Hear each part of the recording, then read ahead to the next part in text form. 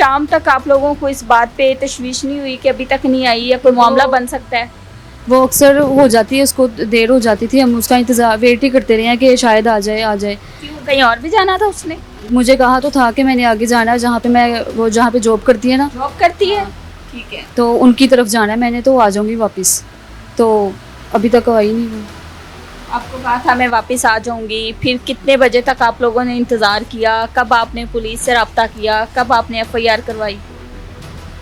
अगले दिन फिर रबीउल अव्वल की छुट्टी आ गई थी ना, तो फिर हम ऐसे अगले दिन ही चले गए थे पुलिस के पास, पर्चा कर दिया था, लेकिन कोई कार्रवाई कुछ भी नहीं किया।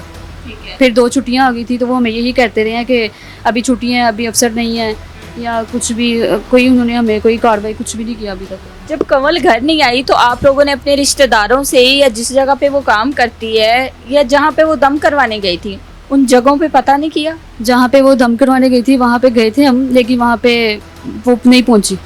रिश्तेदारों से भी सारा पता कर लिया, वहाँ पे भी नहीं गई। ये दम करवाने वाले कौन बाबा जी? वो अवामिया कॉलोनी में है कोई, सब्जवाड़ी है कोई, उनसे दम करवा? हाँ जी। तो बाबा जी ने इस बात की तस्दीक की थी कि कंवल इधर नहीं आई? जी, उस दिन उनका वो जो है ना आस्थाना, वो बंद था, अच्छा। खुला ही नहीं था वो।